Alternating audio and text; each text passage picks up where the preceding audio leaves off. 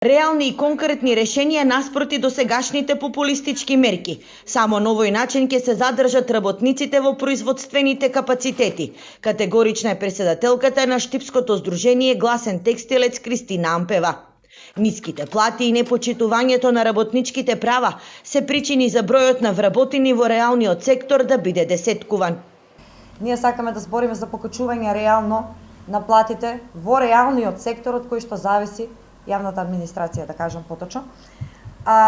Мора да се разговара за долгорочни решенија, мора да се разговара за тоа како стопанството да биде подобро, како економијата да биде посилна, како стандардот реален на работниците да биде повисок.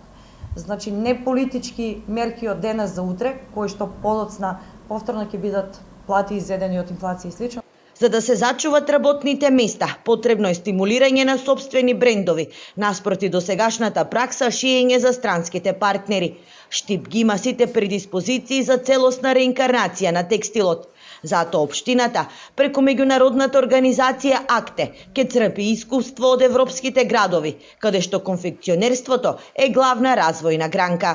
Најголем дел од овие градови имаат и средно текстилно училиште, имаат и академии или факултети во областа на текстилната индустрија и тоа се основните предуслови за развојот на текстилната индустрија, односно бизнис секторот во областа на текстилната индустрија во нивните градови, што значи дека ние ги имаме сите основи за овозможување на развој на овој сектор.